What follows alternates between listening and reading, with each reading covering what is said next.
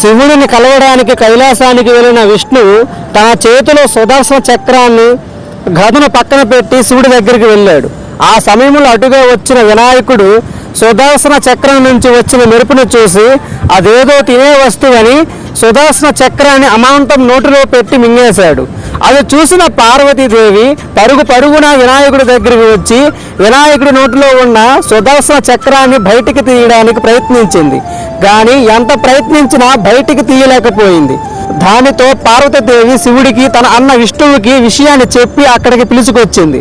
వినాయకుడి నోటిలో ఉన్న సుదర్శన చక్రాన్ని తీయడం విష్ణు వల్ల కాకపోవడంతో విష్ణువు తన మేనల్లుడు వినాయకుడి ముందు గుంజిని తీశాడు. అది వింతగా అనిపించిన వినాయకుడు పగలబడి నవ్వడంతో వినాయకుడి నోటిలో ఉన్న సుదర్శన చక్రం బయటకు వచ్చింది.